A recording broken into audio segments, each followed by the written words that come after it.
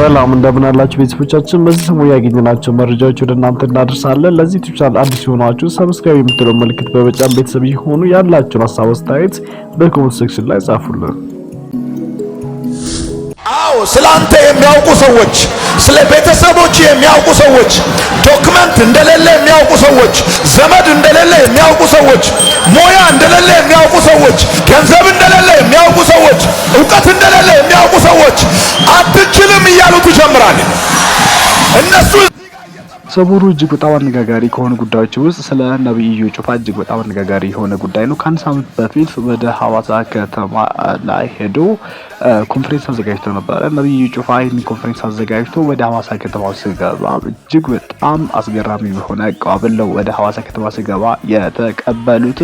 ሐዋሳ ከተማ ሲገባ እንግዲህ እጅግ በጣም አስገራሚ የሆነ በማርሽ ባንድ ተጅቦ በመንግስት ወታደሮች፣ በመከላከያ ሰራዊት፣ በሐዋሳ ከተማ ነዋሪዎች እጅግ መንገዱ ሁሉ ጭንቅንቅ ብሎ በቪኤቶች እና በተለያዩ በጣም ልክ የዓለም መንግስት ፕሬዝዳንት የሚመጣ አይነት ሆኖ ነው ታጅቦ ወደ ሐዋሳ ከተማ የገባውና ይሄ ጉዳይ እጅግ ብዙ ሰዎችን አነጋግሯልና እንዴት ሬስ ደገስ ሊከሰት ይችላል? ይሄ የሐሰተኛ ነብይ መገለጫ ነው ብሎ ብዙ ሰዎችም እሱ ላይ ሀሜታቸው ያላቸው ቅሬታ ሐሳባቸውን አንስቷልና አንዳንድ ሰዎችም ደግሞ ይሄን ሐሳብ እየደገፉ አሉ። ይገባዋል እግዚአብሔር ሰው ነው ብለዋል። ይህን አስመልክቶ እንግዲህ ብዙ ሰዎች የተናገሩትና የኢትዮጵያ ወንጌል አማኞች አብያተ ክርስቲያናት ካውንስል ባወጣው መግለጫ ላይ ነብዩ ኢዩ ጩፋም እንዲህ ስል ምላሽ ሰጥቷል። ከምላሽ በፊት ግን የኢትዮጵያ ወንጌል አማኞች አብያተ ክርስቲያን ካውንስል ያወጣውን መግለጫ በዚህ እንደሚከተለው አሳያቸዋለሁ። ኮንፈረንስን አስመልክቶ ሲካሄድ የሚደረግ አጀብ በጦር መሳሪያ ታጅቦ ወደ ከተማ የሚገባ ሁኔታ ይሄ የወንጌል አማኞች አስተምህሮ በፍጹም እንቃወማለን። በዛ ነገር እኛ አንደግፍም። የመንግስት አካላትም አንድ አገልጋይ ወደ ከተማ ሲገባ ፖሊስ አሰልፈው ጦር መሳሪያ ሲይዘው አጀብ ፈጥረው ግርግር ተፈጥሮ ከተማው ላይ ሌላ አካል የገባ እስኪመስል ድረስ እንደዚህ ማድረግ ተገቢ ነው ብለን እናምናለን። ይሄ እንደዚህ ማድረጋቸው ለወንጌል አማኞች ክብር መስጠትም ማለት ነው። የመቃብር ስፍራ አጥቶ ቢቸገር ምዕመናን ስላለ የመንግስት አካላት እሱን ያርጉልን። አንድ ነብይ በመኪናና በመሳሪያ ከሚያጅቡልን የጸሎት ቤት አጥቶ ቢቸገር በክራይ ቤት የሚሰቃይ ብዙ አገልጋይ አለ። የመቃብር ስፍራ አጥቶ ቢቸገር ብዙ ህዝብ አለ። መንግስት እሱን ይስራልልኛ። አጀብ ግን ለምን ያስፈልጋል? ጦሩ የመንግስት ነው፣ ሰራዊቱ የመንግስት ነው እና ከተማው ላይ አንድ ኃይል የገባ እስኪመስል ድረስ የሚፈጠሩ ግርግሮች ተገቢ አይደሉም። እሱ ላይ ካውንስሉ እርምጃ ወስዷል። እንደዚህ የሚያደርጉ አገልጋዮች፣ የተለያየ ስያሜ ያላቸው አገልጋዮች ሊታረሙ ይገባል ብለን በጥብቅ ነው እኛ ይሄን የምንቃወመው። ፈጽሞ የወንጌል አማኞች ኢሜጅም አይደለም፣ መጽሐፍ ቅዱሳዊም አይደለም። ምንድነው ትርጉሙ? በመሳሪያ ታጅቦ በዛ ሁሉ ግርግር ወደ አንድ ከተማ መግባት ምንድነው ትርጉሙ?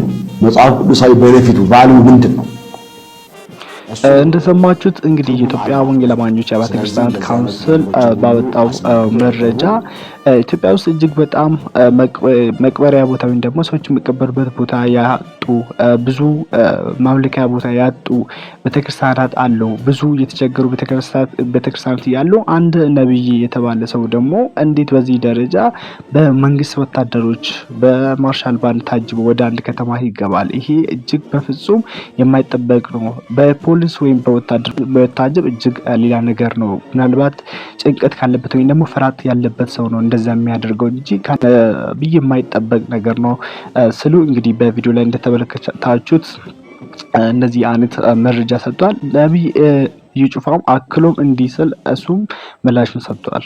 ሰላም የተወደዳችሁ የእግዚአብሔር ቤተሰቦች፣ ሰሞኑን አንዳንድ ሰዎች በአንዳንድ ጉዳዮች ላይ እያነሱ የነበሩት ጥያቄ ስላለ ከዚህ ጥያቄ ጋር ተያይዞ ጥያቄውን በጥያቄ ለመጠየቅ ነው ቀለል ባለ መልኩ የመጣሁት። አንዳንድ ሰዎች እንደ ጫወታም ያነሳሉ፣ አንዳንድ ሰዎች ደግሞ ሲሪየስ አርጎም የሚያነሱ ሰዎች አሉ። በመግለጫ መልክም መልእክት ላስተላለፉ ሰዎች ጥያቄያቸውን በጥያቄ መጠየቅ እፈልጋለሁ። በመጀመሪያ የማነሳው አንድ አገልጋይ ወደ አንድ ከተማ ሲገባ የከተማዋ ባለስልጣናት፣ ታዋቂና ዝነኛ ሰዎች፣ ባለሀብቶችም ጭምር ዌልካም ለማለት ለምንድን ነው የሚወጡት? ጥያቄው በጥያቄ ሲጠየቅ በምን አይነት ሰዎች ዌልካም እንዲባሉ ትፈልጋላችሁ? አንድ አገልጋይ ወደ አንድ ከተማ ሲገባ 7 እና 8 ፓትሮል ለምን ያስፈልጋሉ የሚል ጥያቄ የምታነሱ ሰዎች በባጃጅ ታጅቦ እንዲገባ ነው የምትፈልጉት? አጀብ አጀብ ብላችሁ ሁከት የምትፈጥሩ ሰዎች ለመታጀብ ፈልጋችሁ ከሆነ እንድትታጀቡ የሚያደርግ ሥራ መጀመሪያ መስራት አለባችሁ። ምንም ውስጣችሁ ላይ ሳይኖር ባዶ ቀፎ ሆናችሁ ለመታጀብ ማሰብ በጣም የበዛ ሞኝነት ነው። በመጀመሪያ የመንግስት ፓትሮል የሚወጣው ዌልካም ለማለት የሚወጣው የህዝቡን ደህንነት ለመጠበቅ ነው። ይሄ የመንግስት ተቀዳሚ ኃላፊነት ነው። የነብዩ ኢዩ ጩፋን መልስ እንደሰማጁት ነብዩ ጩፋ ደግሞ የናንተን ጥያቄ በጥያቄ መመለስ ፈልጋለሁ። እንግዲህ ወደ አንድ ነብዩ ወይ ደግሞ እግዚአብሔር ሰው አንድ አገልጋይ ወደ አንድ ከተማ ሲገባ የከተማ ነዋሪዎቹ ዝነኛ ሰዎች፣ ባለሀብቶች፣ ባለስልጣናቶች እጅግ በጣም ሀብታሞች የሆኑ ሰዎች ለሱ ለምን ይወጣሉ ብሎ በጥያቄያቸው በጥያቄ መልሷል። እንግዲህ አክሎ ምንድነው ጨምሮ የተናገረው ነገር እንግዲህ ለአንድ ነብይ ለአንድ እግዚአብሔር ሰው ለአንድ አገልጋይ ይሄ እንደውም ያንሷል ቪትም ካለ ሁሉም ነገር ተጨምሮ የዚህ የዘመኑ ቴክኖሎጂ ሁሉ የዚህ ዘመን ሁሉ አሉ የሚባል ነገር ሁሉ ይገባል ለእግዚአብሔር ሰው። ምክንያቱም አገልጋይ ወደ አንድ ከተማ ሲገባ አገልጋይ የሚሸከመው እግዚአብሔር ነው፣ ኢየሱስን ነው። ሰዎች ኢየሱስን አይቶ ነው እንጂ አገልጋዩን አይቶ ነው እሱን የሚያከብሩት። እጅግ የሱ ሐሳብ ተቀባይነት ያለው ነገር እኔም በዚህ ደረጃ በዚህ ነገር በጣም እጅግ ያልተስማማው ነገር አለ። ምክንያቱም በዚህ አንድ ነብይ ወደ ከተማ ገብቶ ይሄ አቀባበል ከተደረገለት ምንድነው ችግሩ ነው? ለምሳሌ ምናልባት እሱ እኮ አምላክ አይደለም ይሄን ያህል ክብር አይገባም ለምትሉ ሰዎች እሱ የተሸከመው ኢየሱስን ነው። ሰው ኢየሱስን ስላየ ነው እንጂ አንድ ሌላ ሰው ቢሆን ባለስልጣን ተራነ ሰው ቢሆን ለምን እንደዚህ አይነት አቀባበል ያደርጉለታል? እሱ ውስጥ ያለውን ነገር አይቶ ነው እንጂ ኢዩ ጩፋ በመሆኑ አይደለም። ስለዚህ ሰው እናንተ ማሰብ ያለባችሁ ነገር ለእግዚአብሔር ሰው ይሄ ያንሷል። እንደው ፍልግ በጀት እንኳን ቢያጅቡት እጅግ በጣም ይሄ አነጋጋሪ መሆን የሚችል ነገር ነው ያላሰቡ የኢትዮጵያ